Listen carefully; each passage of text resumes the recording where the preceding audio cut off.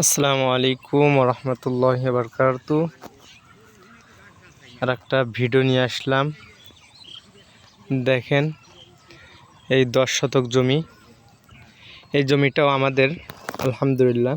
দেখেন এই জমিতে কত কিছু লাগানো হয়েছে।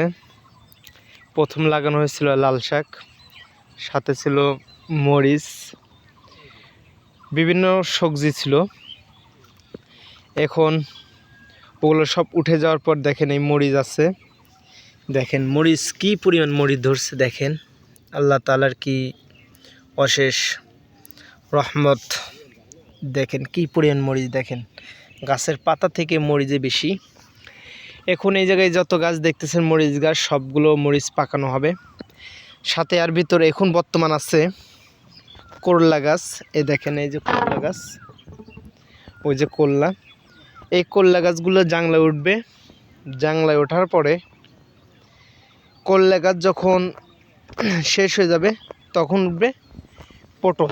এই যে দেখেন পটল গাছ, ওই যে পটল গাছ উঠবে। আমাদের এই 10 শতক জমিতে দেখেন অনেক কিছু আবাদ করা হয়েছে আলহামদুলিল্লাহ। এই যে দেখেন ধুইনা, দেখছেন অনেক সুন্দর মাশাআল্লাহ। আমাদের জমি অনেক আলহামদুলিল্লাহ, কিন্তু আমরা আবাদ করি না। এটা বাগি দেওয়া আছে, সবগুলো জমি বাগি দেওয়া আছে। দেখেন এদিকে আবার বেগুন গাছও আছে, দেখেন বেগুনও ধরে আছে মাশাআল্লাহ। আর একটা 16-15 শতক জমির একটা ভিডিও দিয়েছিলাম আপনাদেরকে এর আগে। ওই জমিতে অনেক কিছু আবাদ করা হইতেছে আলহামদুলিল্লাহ। ওই জমিতে যা ফসল ফলন হয়েছিল ওই ফসলগুলো উঠানো হয়েছে। এখন শুধু রসুন আছে। ওই যে দেখেন এই জমিটা, এই দেখেন এখন শুধু পেঁয়াজ আছে আর বিলেতি আছে আর রসুন আছে ওই জমিতে। আর পাশে এই যে দেখতেছেন এই জায়গা আছে মুখী কচু। আর পাশে দেখেন এটা আমার চাচার জমি। দেখেন এই পুরাটুক জমিতে টমেটো লাগাইছিল, কিন্তু টমেটোতে লস খেয়ে গেছে আমার চাচা। টমেটোতে ভালো কিছু আনতে পারে নাই, টমেটোর দাম অনেক কম। দেখেন অনেক টমেটো ছিল, এই অবস্থায় টাল ভেঙে দিয়েছে। কেন ভেঙে দিয়েছে?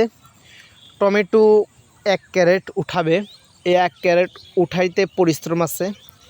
এই 1 ক্যারেট টমেটো নিয়ে যখন বাজারে যাবে, বাজারে নিয়ে যাইতে 1 ক্যারেট টমেটো বাজারে নিতে ভাড়া লাগবে 25 টাকা।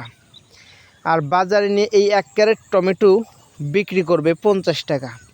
তাহলে দেখেন 1 ক্যারেট টমেটো যদি 50 টাকা বিক্রি করে, 25 টাকা যদি গাড়ি ভাড়া দেয়, আর 25 টাকা, এই 25 টাকা দেখেন সার বিষ, আবার জমিতে ফসল উৎপাদন করছে, নিজে পরিশ্রম করছে, কয় টাকা থাকে বলেন?